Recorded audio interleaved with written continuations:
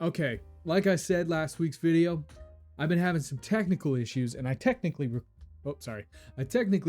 this 4 days ago, and went to go edit it today, and came across a small little niche problem where there was no audio to the video, so I'm having to redo it. So if I seem a little lost in thought, it's because I'm having to try and rethink what I said in that video so I can make some bit of cognitive connection, because I said a lot about Dungeon Meshi in that video, and I'm meaning to say a lot in this video. With that being said, I am going to do a little bit of shameless self-promotion. So if you're interested, I do have 2 other channels. I don't post on them very often, but I do have them. There's a cooking channel and a live stream channel. Check them out if you're interested. If you're not, totally fine. But do be sure to subscribe to this channel, because I've noticed that there's a lot of you guys who watch my videos that aren't subscribed. And let's just talk about Dungeon Meshi, because it's great. I love that show. If you can't tell from my collection of books back there, I am a pretty big fan of D&D. I have just recently started my own campaign of dungeon mastering, right? Previous to this, I've only ever been a player. I've tried to run a couple of one-shot campaigns in my day, but they never really do all that great. So this is the first real campaign that I've done, and I'm really enjoying it. I'm really enjoying getting to understand the niches and knickknacks behind the game, and what really goes on behind the scene, and mostly pulling crap out of your butt on the fly. It's really interesting, and I really enjoy it. I've been playing D&D for 10 years now. I want to say about 10 years now. And I wouldn't call myself an expert in the game by any means. I still have to look at the player handbook on a regular basis just to figure out how much gold I need for a class, right? So with that being said, I do feel like I have a general knowledge, and a pretty extensive general knowledge of D&D. And when I say that the Dungeon Meshi, or Delicious in Dungeon anime from Netflix, is like a D&D player's wet dream, I mean that in the most literal sense. Because for anybody who hasn't played D&D, it is basically a game of guessing and chaos. And that is the definition of Dungeon and Meshi. You see, it has such a weird and very sentimental vibe to me. It genuinely feels like the writer and creator of Dungeon and Meshi and all of the actors and actresses in that show decided that they were going to play a game of D&D, and then the animators just animated around the game of D&D. That's what it feels like to a certain degree. I haven't actually seen any animation based off of D&D, like Vox Machina, stuff like that. I really want to. Trust me, I will get to it eventually, but this is my only real exposure to this style of D&D type animation, and I am here for it. Every single character is very well written. The story world, the world of Dungeon Meshi, is extremely fleshed out. Almost within the first episode is it extremely fleshed out. It's crazy how much detail they pack into 24 episodes of a first season, which there better be a season 2, because when I say I enjoyed this show, I mean I literally got excited. I got giddy anytime I saw a new episode was out. And the animation is truly beautiful. There are many scenes that look down just a plain corridor, but they add so much detail, so much finality to every frame of every moment. And like the way that they animate each individual character, it almost seems like each character has their own style of animation. They'll look the same, but the way that they're animated is slightly different. And I really like that. It's niche, and it shows just how different each character is. You got Laios, who's like the fighter frontline person of the group. You've got Senshi, who's their cook, who does a great job of being the comic relief and spirit animal of yours truly. And the other characters whose names are completely skipping my brain for a moment. I don't know why they'll come to me eventually, I swear. But it's great to watch a fantasy anime specifically. I'm not sure if I'm alone in this, but I'm genuinely tired of really boring fantasy anime. So it's really nice to see a fantasy anime that genuinely is really good. And for those of you who aren't aware, I'm actually a really huge fan of anime and fantasy, but mostly anime. Mostly anime. It's still a weird thing to admit, but I've been watching anime for the majority of my life. I remember back when I was a kid, I would watch Yu-Gi-Oh!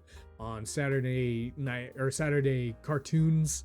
I watched the crap out of Yu-Gi-Oh! In fact, when I was in middle school, I got the Yu-Gi-Oh! Manga. I was a huge Yu-Gi-Oh! Nerd. Funnily enough, never played the game, but I really enjoyed everything about that. And I mean, I don't know if you can even see them. Oh, one of them's knocked over. I do have a couple of Funko Pops, and then whatever Kenji is, or Chainsaw Man's figure is. I don't even know what that is. But I love anime. It brings a sense of joy, right? So to see the direction that fantasy anime is taking is really a good breath of fresh air, because I'm a huge fan of most of the fantasy anime genre. Ever since I watched like Berserk, and I watched Fairy Tail, if you want to count it. I have Gajiel up there. He's behind Chainsaw Man. So like I said, I really enjoyed fantasy anime, but for like 7 to 8 years now, it's primarily been isekai stuff. And don't get me wrong, isekais, guilty pleasure of mine. I will admit, guilty pleasure of mine.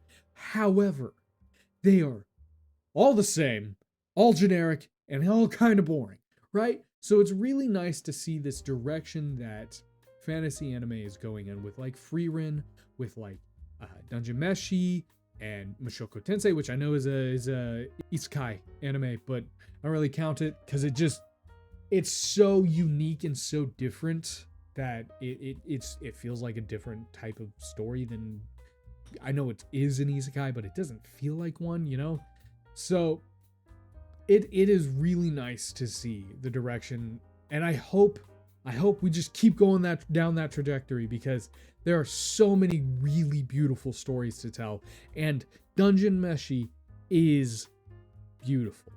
At its core, it is a brother and a brother's party trying their hardest to get to his sister at the bottom of a dungeon.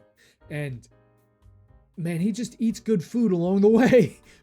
Unfortunately, or fortunately, depending on how you want to look at it, made from monsters that they have to kill and scrounge in the dungeon because they can't afford to get food. And man, Senshi is such a good chef. He makes some of the most horrendous looking monsters look like really good food. Like, to the point to where I wouldn't care. I genuinely wouldn't care what the dish was made out of, as long as it wasn't poison and it was made by Senshi, because it looks really good. My girlfriend and I, we would watch the show while we ate dinner, so it kind of helped with the whole food thing. And the voice acting, because I want to move on because I feel like I'm getting stuck on niche things. The voice acting in this show was really, really well done. Funnily enough, the voice actor of I did this last year, when I made the episode. So the English, I watched it in dub, and the English voice actress for Marcel sounds eerily similar to the voice actress for Ruby in Ruby and Max. For those of you who have seen that or old enough to remember that show, actually, maybe I shouldn't say that, because I think it finished airing in 2022 or something crazy like that. I know, for those of you who are like me and grew up with the show in the early 2000s, yeah, apparently it was still going on. I found that out through Googling. But I want to play a clip of Dungeon and Meshi And then I'm going to play a clip of Ruby and Max. And maybe I'm weird. I'm going to play them next to each other, and you got to tell me if I'm wrong. But they sound extremely similar. Like, dangerously similar. They're not the same person. I Googled it. It's a surprise. Love, Grandma. No way you're getting me to wear that. It's crazy how good the voice acting and stuff in this show is. I have to give credit where credit is due. I don't know, that's like my favorite line to say in these reviews, but by golly, it is such a good show. Now, if you are ever interested in D&D, if you're ever interested in watching anime for the first time, if this is like your first time, you're a fan of mine and you're watching these reviews and you've never seen an anime before, this is an anime I would recommend watching first. I know anime kind of has this bad connotation with it, the whole bunch of fan service, and it's for degenerate weebs, which you're not wrong, but you're also kind of wrong because there are plenty of really good stories out there. If you want an introduction to anime or an introduction to D&D or just want to watch a really good show, I would highly recommend you checking out Dungeon and Meshi or Delicious in Dungeon. It is it's on Netflix, and I think that's probably all that I gotta say. I guess you know what? I do have to give it a score. 9.5 out of 10. 9.5 out of 10. I'm gonna give it a solid 9.5 out of 10. I know that was the third time I said that, but that's what I mean. It's very crucial to get my point across. I've noticed that my camera is a little laggy. I really hope that it hasn't been lagging this entire time and it looks perfectly fine. If it doesn't, I apologize. Hopefully you're just listening to this. And with that, I think I'm going to call it for the day. So I'll catch you guys in the next video. Peace.